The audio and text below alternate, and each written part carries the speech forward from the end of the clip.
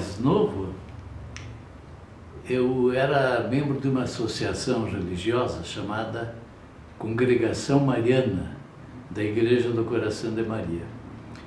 E, como toda igreja, tem suas festas. E, quando havia festas, tinha um serviço de alto-falantes. E ali, meu irmão, que já faleceu, Cleiton, eu, e a Maurício Toqueiro, e outros fazíamos a locução. Tinha as barraquinhas de venda de produtos, e as pessoas que participavam da festa, da igreja, faziam dedicatória, né? Dedicada à moça de saia azul que está ao lado da barraca tal, sabe? Aquelas coisinhas de festa de igreja mesmo, de interior. E naquilo eu fui gostando de microfone. A primeira vez que eu vi um microfone foi na casa que eu vi uma rádio, foi na casa de um tio meu que era militar, e ele tinha um daqueles rádios antigos, e estava ouvindo a PRB2, a Rádio Clube Paranaense, que era a mais antiga, e aquilo já me emocionou. Depois eu, nesse serviço de alto-falantes, também foi rendendo, fui ficando e me entusiasmando, até que um dia a própria congregação foi apresentar um programa semanal na Rádio Marumbi, e eu fui convidado a ser um dos locutores. E fiz uma apresentação, 2, 3, surgiu a oportunidade, fui convidado por um dos diretores para participar da rádio mesmo, propriamente. E aí comecei na Rádio Marumbi. 1948. E dali fui ficando, comecei a escrever programas, sempre gostei dessas coisinhas, escrever crônicas, muitas crônicas eu escrevi já. E de repente me convidaram para ser diretor artístico da Marumbi. Tudo bem, fiquei como diretor artístico. Com o passar do tempo, fui convidado a ser o diretor-geral da rádio, aceitei também, fiquei mais uns anos como diretor-geral. Aí, naquela época, todo locutor, todo radialista ansiava por trabalhar ou na PRB2 ou na Guairacá. Eram 3 emissoras aqui em Curitiba. A B2 mais antiga, a segunda a Marumbi, a terceira a Guairacá. E todo mundo ansiava trabalhar nessas duas, em especial os que estavam já na Marumbi, porque as duas eram mais poderosas e a gente tinha aquela voz, principalmente a Clube já tinha onda curta, então a gente achava que aquilo era o máximo, né? E um dia eu pedi demissão e fui para a PRB2, para a Rádio Clube Paranaense, em 1957, por aí. Comecei na Clube. Na Clube comecei outra vez como locutor. Em pouco tempo, em 4 meses mais ou menos, fui convidado a ser diretor artístico. E aí fiquei anos e anos como diretor artístico. Depois fui convidado a ser diretor superintendente, fiquei mais alguns anos, até que um dia a rádio foi vendida para um novo grupo, e foi toda modificada, o padrão, o sistema todo modificado, e eu saí da rádio, né? E fiquei 1 ano, 2 ou 3, eu tinha uma agência de publicidade, chamava-se Santa Lúcia Propaganda.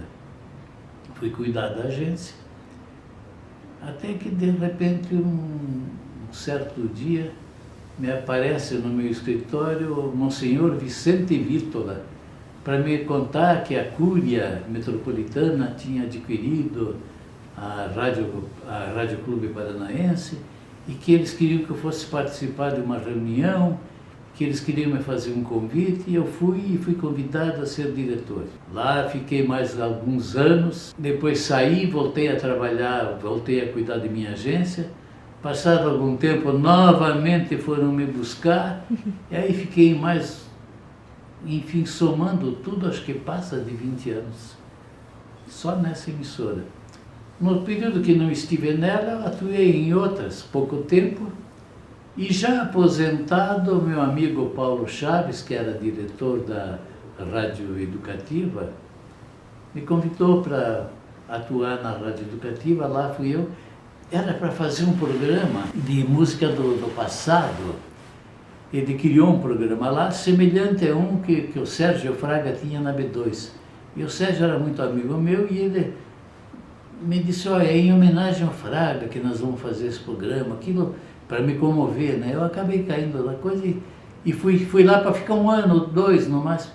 Fiquei 9 anos, quase 10 anos na Educativa também, fazendo o programa, chamava-se Revivendo. Acho que até hoje tem esse programa lá. E no Revivendo a gente apresentava a música dos velhos tempos, eu fazia comentários, eu batia papo com o ouvinte. E nisso tudo, os anos passaram, eu já havia me aposentado, e foi assim, toda uma carreira longa, em que eu tive o prazer de ser locutor, ser apresentador do programa de auditório, escrever crônicas, apresentar crônicas, ser diretor artístico, ser diretor-geral, e justamente na Clube, na parte final, né, na parte do meio de minha carreira, a Clube que era, na época, a mais poderosa emissora aqui do Paraná, né? Foi uma fase muito bonita, o rádio era muito movimentado, tínhamos inúmeras atrações, mas sabe, muita coisa antiga continua sendo feita.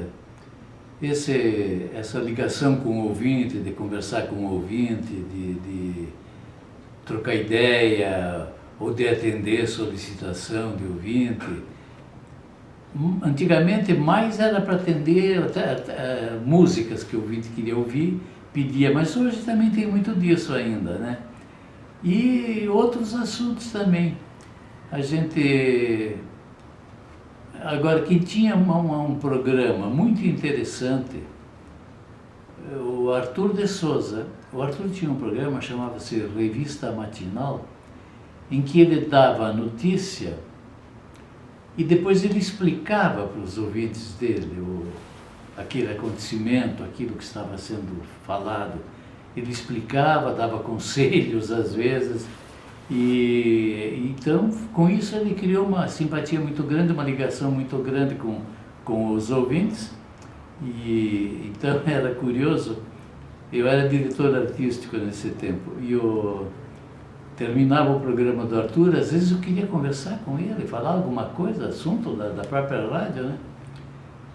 E ia lá falar com o Arthur, estava aquela porção de gente esperando para falar com ele, e ele atendia um por um, carinhosamente. Então a gente ficava esperando ele terminar até o último, para depois a gente poder bater um papo, conversar, trocar uma ideia. Mas frequentavam muito os programas assim.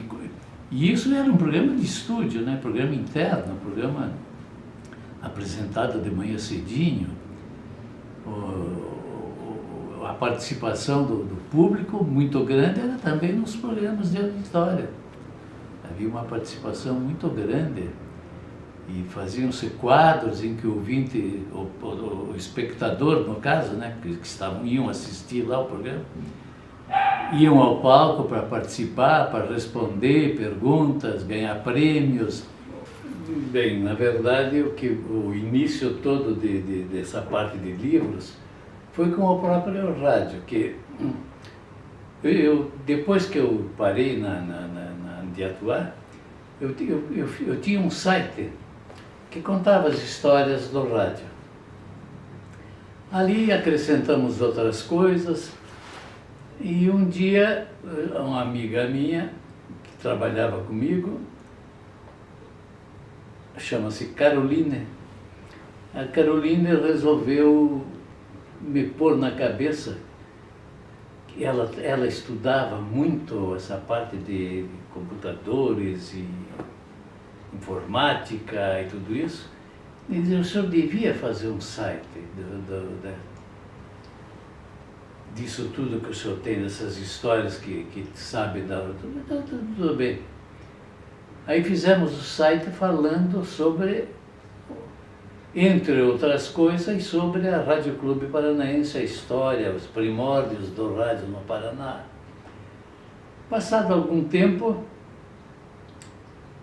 agindo ao contrário de muitos autores que têm livros e passam depois para a internet, nós fizemos assim.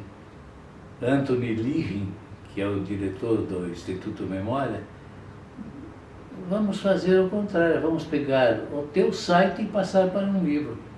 E fizemos isso. Esse livro chama-se O Rádio do Paraná, Fragmentos de Sua História. Depois desse livro, surgiram mais 4, aproveitando ainda a matéria que já estava no site. Então saiu um de poesias,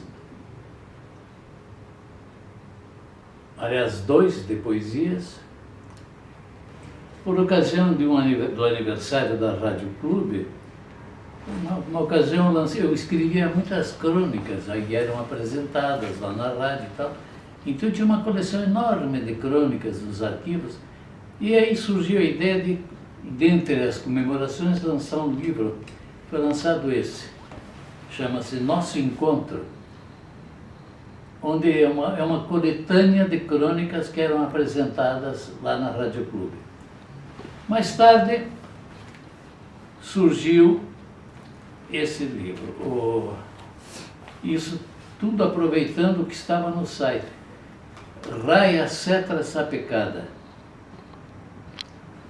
e outras narrativas curitibanas. Aqui eu conto usos e costumes dos curitibanos no passado, coisas curiosas, está tudo registradinho. Depois surgiu uma poesia que é o Trilogia do Amor no Parque. Isso tudo poesias que estavam no site também. Mais tarde, uma nova edição melhorada, corrigida e melhorada desse Nosso Encontro, passou a ser Nosso Encontro com o Biratã Lustosa, onde estão as crônicas. Essa já é uma segunda edição, as crônicas que fazia. E, finalmente, o mais recente é este aqui, Perfume de Mulher. Também é livro de poesias. Então, até o momento, são 5, porque um é repetição, um é apenas reedição, né? A rigor são 5 livros. Os locutores e não só. Gostaria de deixar também para os meus irmãos radialistas. Na época antiga, nos velhos tempos, nós tínhamos no rádio um lema que era o de divertir educando e educar divertindo. Resume-se aí todo o valor, toda a grandeza da radiofonia. E durante algum tempo, muitos até esqueceram disso. Vieram outras preocupações, outros interesses, e eu recomendaria aos meus irmãos, meus colegas de rádio, que mantivessem viva essa ideia, divertir educando e educar divertindo. Para o povo, de um modo geral, não obstante as dificuldades do momento, as agruras porque passou e passa o povo brasileiro, as injustiças praticadas por toda parte, a maldade que ocorre por todo o Brasil e por todo o mundo, a decadência das nações, não obstante tudo isso, que nós não percamos a esperança, que tenhamos fé. Eu acredito em Deus, creio em Deus, creio na força da oração. Minha conclamação seria nesse sentido. Vamos continuar crendo, vamos fortificar nossa crença e vamos rezar muito por dias melhores que eles hão de vir. Bem, nós tínhamos programas de estúdio e tínhamos programas de auditório. Eu tive o prazer de escrever muitos desses de estúdio, que eram apresentados sem a presença de público, para os ouvintes diretamente de casa, né? E tinha os de auditório, dos quais também tive o prazer de participar e apresentar, que era um permanente show e que dava um emprego para muita gente. Porque os programas de auditório, você além do locutor, do apresentador, do locutor comercial, do operador de som e outros tantos, havia os músicos, cantores. E eu apresentei um programa na Rádio Clube Paranaense, em parceria com o saudoso amigo Mário Vendramel, que se chamava Carrossel de Atrações. Nesse programa de auditório, nós reconduzimos para a B2 a participação de músicos para acompanhar os cantores. Então era um programa de muita agitação, de muito movimento, tinha a parte de humor, tinha a parte de notícia, a parte de cantores novos, e enfim, bem animado. E a B2, a Rádio Clube, como eu ia dizendo, tinha um elenco, então havia, além de locutores, havia os músicos, diversos músicos, havia regional, havia orquestra, e tínhamos também conjuntos vocais, e tínhamos também outros membros, outros participantes. Por exemplo, só de radiadores era uma turma grande, de radiadores que eram comandados pelo Ivo Ferro, saudoso também, grande ator e grande diretor de radioteatro. Tínhamos noticiários, então é mais gente. Tínhamos, na parte de auditório, além dos músicos, tinha os cantores, né? De cantores tinha diversos também, locais e muitos que vinham de fora. E tinha uma amizade muito grande com um cantor da Rádio Nacional do Rio, que na época era o sucesso, aquela emissora, em todo o Brasil. E ele era o meu representante lá, Nuno Roller. Ele perguntava aos colegas, quem é que está de folga sábado e domingo? Então aquele que não tivesse compromisso ainda, quer ir para Curitiba? Meu amigo lá, o Biratã está esperando, quer ir? Aí eles vinham por um preço melhor para mim, porque os cantores compravam caro para poder se apresentar, mas como estavam de folga mesmo, iam perder aquele sábado, aquele domingo, aí eu vou. E vinham por um preço menor para se apresentar aqui 3 vezes no sábado e 3 vezes no domingo. A primeira vez era na Rádio Clube Paranaense. Depois eu levava à noite para um clube social, para se apresentar lá. E bem de madrugada levava para uma boate, para apresentar numa boate. Então cobrava, somava o dinheirinho, pagava os cantores e tudo bem, estava tudo em paz. Levava-os no aeroporto no dia seguinte, iam embora e tudo bem. Então era uma movimentação muito grande. Os que ganhavam salário fixo, os que ganhavam cachê por apresentação, era gente para chuchu. Hoje em dia não dá mais para fazer rádio nesse estilo. Mesmo sendo tudo barato, era muito dinheiro para manter, né? Precisava muito anunciante. E nós tínhamos anunciantes bons aqui em Curitiba, tínhamos muitos anunciantes de caráter nacional, né? E multinacionais também. Então, principalmente o radioteatro, chegamos a ter 13 programas de radioteatro. Então, cada um tinha seu patrocinador, isso era dinheiro que entrava, porque dinheiro para sair estava ali mesmo. Então, era um número enorme de radiadores também, e depois tinha o pessoal do departamento de esportes, tinha o pessoal do departamento de notícias, E somando toda essa gente, dá um trabalhão enorme. Aquele rádio antigo foi substituído por esse novo sistema. Muitas emissoras, você citou a CBN, que tem bastante noticiário, então tem uma equipe grande. Mas tem algumas que só tem para cumprir o necessário ali, e tem poucos, tanto na parte de notícia como nas outras partes. Essa gente toda que trabalhava, ou ganhando salário fixo ou ganhando cachê, eram todos radialistas, se profissionalizavam. Hoje já não temos mais isso, porque não é que o rádio tenha, eu não vou dizer que piorou, modificou. Tudo tem sua época, tudo tem sua fase, e o rádio de hoje é bem diferente. Em algumas coisas ele mantém as ideias antigas, o tipo de programa antigo, ainda muitos têm, mas de um modo geral, você ou ouve música ou ouve notícia.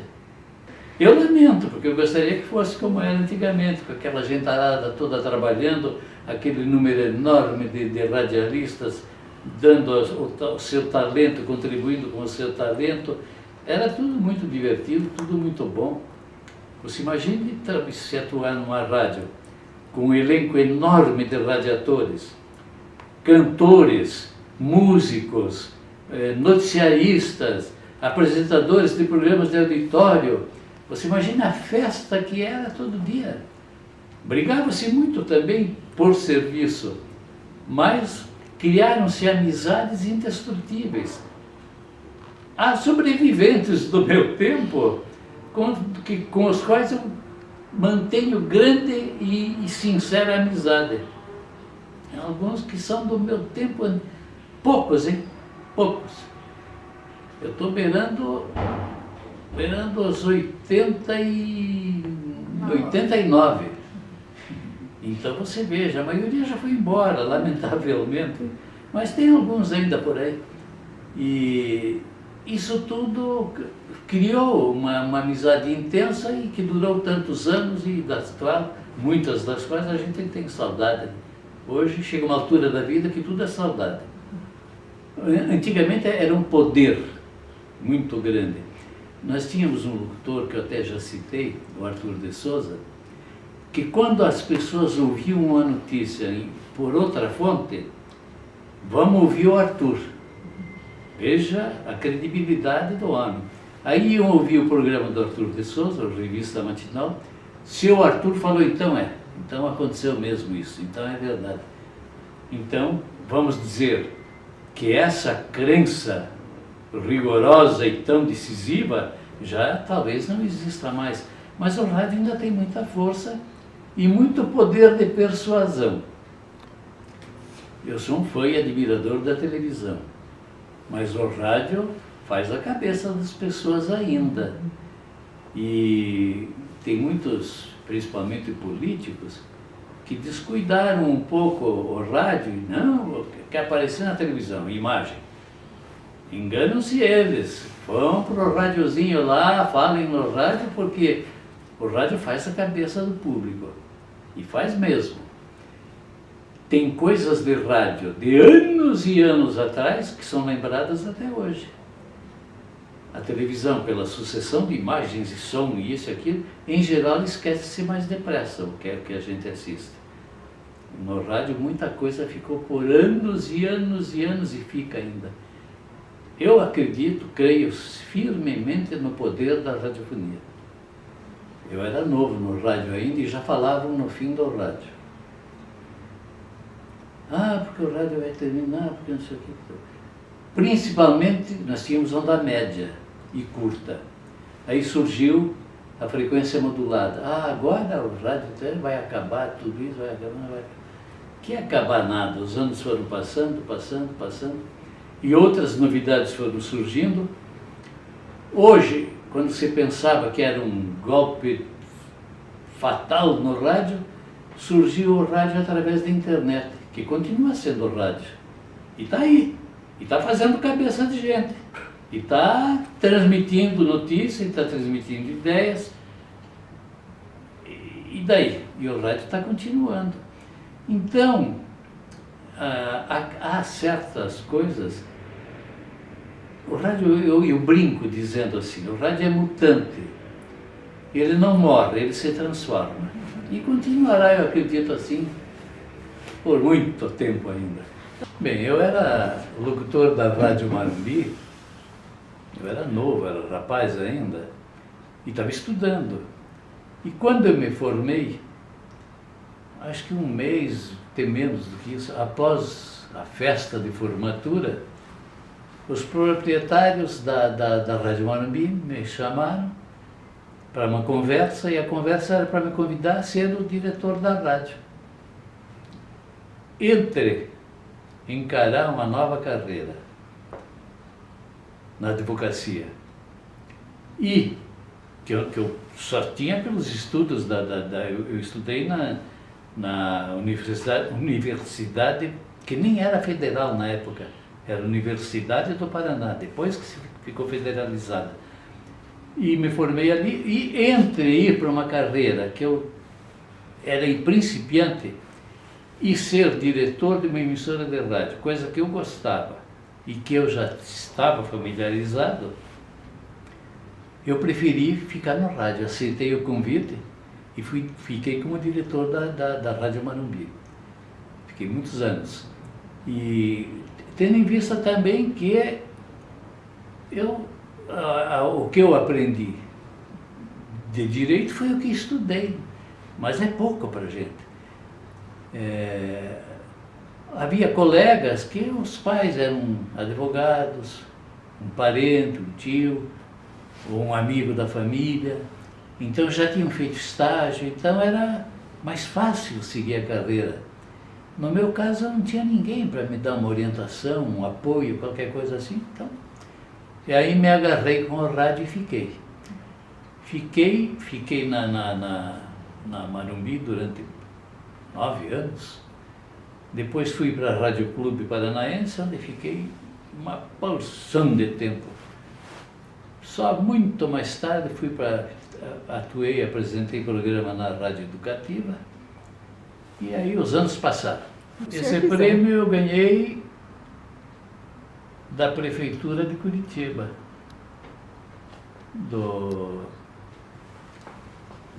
Eu tenho poucos prêmios em minha carreira.